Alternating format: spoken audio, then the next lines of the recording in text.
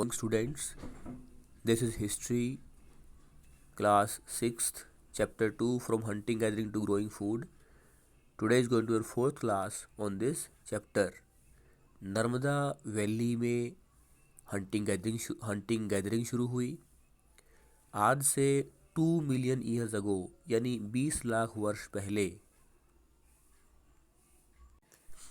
के बारे में जानकारी इतिहासकारों को coins, ports, tools, inscriptions, manuscripts के माध्यम से पता लगती है। आज से 8000 वर्ष पूर्व एग्रीकल्चर शुरू हुई। 4700 वर्ष पूर्व सिंधु नदी और उसकी सहायक नदियों पर पहले शहर बने। गंगा नदी पर जो शहर हैं वो आज से 2500 वर्ष पहले बने। आदि मानव गुफाओं में रहता था, पेड़ों पर रहता था। जिन गुफाओं में वो रहता था उसने वहाँ चित्र बनाए हैं, अपने जो पदचिन्ह हैं, फुटप्रिंट्स हैं, वो छोड़े हैं। आज हम जानेंगे कि आदि मानव आग के बारे में कैसे जानता था। Sites are places where the remains of things, tools, pots, buildings, etc. were found. These were made, used, and left behind by people.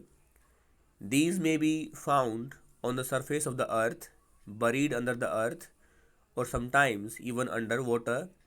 You will learn more about different sites in later chapters.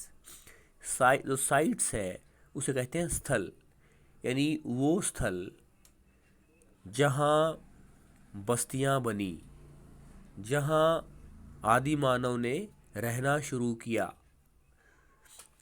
In sites पर, इन स्थलों में आदि मानव के बर्तन, औजार के अवशेष मिले हैं। और ये जो स्थल है, जो साइट है, ये पृथ्वी की ऊपरी सतह के अंदर खुदाई से मिली है या पानी के अंदर जलमग्न हो गई है। Finding out about fire, find the Kurnool caves.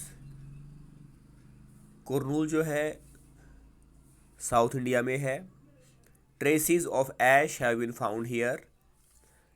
This suggest that people were familiar with the use of fire. Fire could have been used for many things, as a source of light, to roast meat and to scare away animals.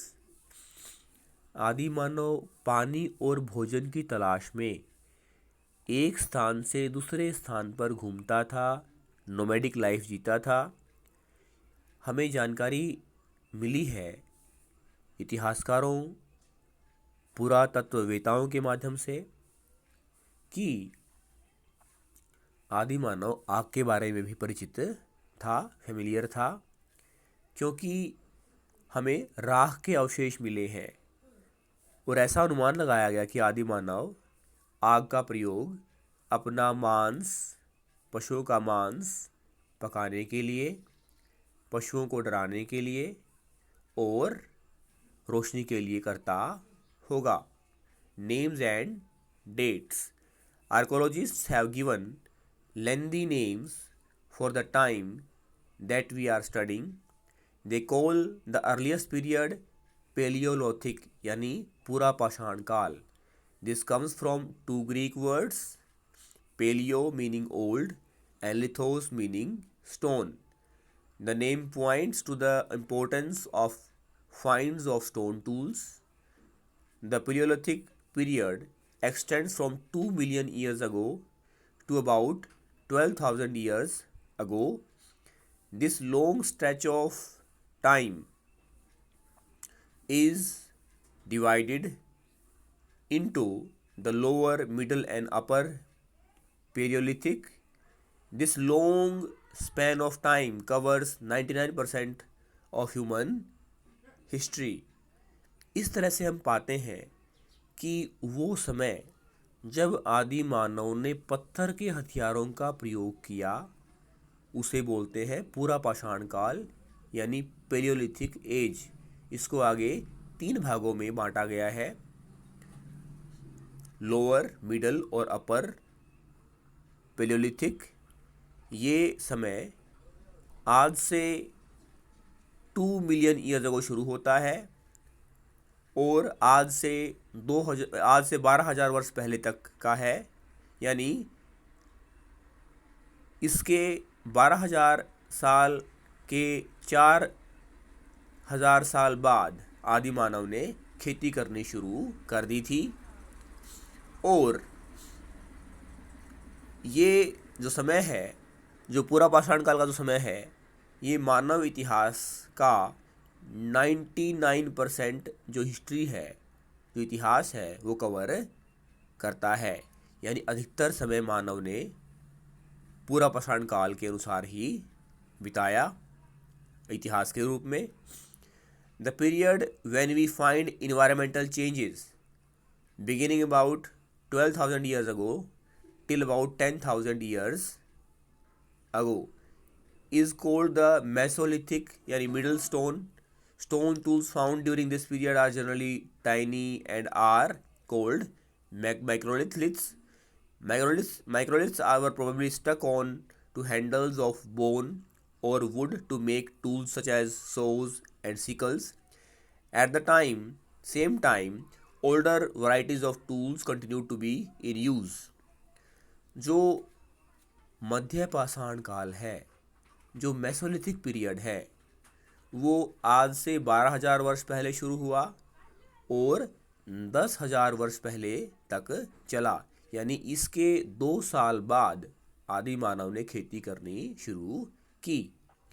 तो हम देखते हैं कि नवपाषाण की पूरा पाषाण काल से मध्य पाषाण काल अलग कैसे था।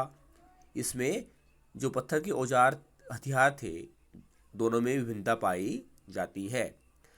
मध्य पाषाण काल यानी मेसोलिथिक पीरियड में आदि मानव के जो हथियार थे वो छोटे थे और उन हथियारों पर, जैसे हथियारों में सा है या दराती है, सिकल है वो, और इन हथियारों पर हैंडल लगे होते थे, या तो लकड़ी के होते थे या हड्डी के होते थे। द नेक्स्ट स्टेज अब from about 10,000 years ago is known as Neolithic. What do you think the term Neolithic means? We have also mentioned the names of some places. You will find the names of many more places in the later chapters. Very often we use present date names of the places where people lived in the past because we do not know what they called them. तो जो 10,000 साल के बाद का जो समय है उसे नवपाषाण काल कहा जाता है। यहाँ हम समझेंगे कि पेलियोलिथिक में पेलियो, मेसोलिथिक में मेसो और न्यूलिथिक में न्यूओ ग्रीक वर्ड्स हैं। यहाँ हमने ये भी समझा कि मेसोलिथिक पीरियड में, मध्य पाषाण काल में ही पर्यावरण में परिवर्तन आना शुरू हो गया था। अ changing environment around 12,000 years ago, there were major changes in the climate of the world and a shift to relatively warm conditions. In many areas, this led to the development of grasslands. This in turn led to an increase in the number of deer, antelope, goat, sheep and cattle, animals that survived on grass. Those who hunted these animals now followed them, learning about their food habits and their breeding seasons. It is likely that this helped people to start thinking about herding and rearing these animals themselves. Fishing also became important. जैसा कि हमने समझा कि आज से 2 million years ago यानी 20 लाख वर्ष पहले से आज से 12,000 वर्ष पहले तक का जो पीरियड है वो पेलियोलिथिक पीरियड है, पूरा पाषाण काल है। उसके बाद 12,000 वर्ष पहले से 10,000 वर्ष पहले यानी 2,000 वर्ष का समय मेसोलिथिक पीरियड है, मध्यपाषाण काल है। और 10,000 वर्ष पहले के बाद का जो समय है वो न्यूओलिथिक पीरियड है यानी नवपाषाण काल है। मेसोलिथिक पीरियड में जो पर्यावरण है उसमें बदलाव आता है, गर्मी बढ़ती है, जलवायु में परिवर्तन होता है, घास अस्तित्व में आती है और घास पर निर्भर होने वाले जीव हिरण, एंटीलोप, बकरी, भेड़, कैटल, उनकी संख्या में वृद्धि होती है। और अब जो आदि मानव जो शिकार करता था पशुओं का और अपना स्थान बदलता रहता था शिकार के लिए पशुओं के साथ, उसने अब पशुओं का शिकार करने की बजाय उनके पीछे पीछे उनको फॉलो करना शुरू किया। उनकी जो खाने की आदतें हैं, जो ईटिंग हैबिट है, उनको जानना शुरू किया और उनको पालने के बारे में, उनको डोमेस्टिकेट करने के बारे में सोचना शुरू कर दिया। इसी समय में ही जो मछली पालन है वो अस्तित्व में आया। थैंक्स।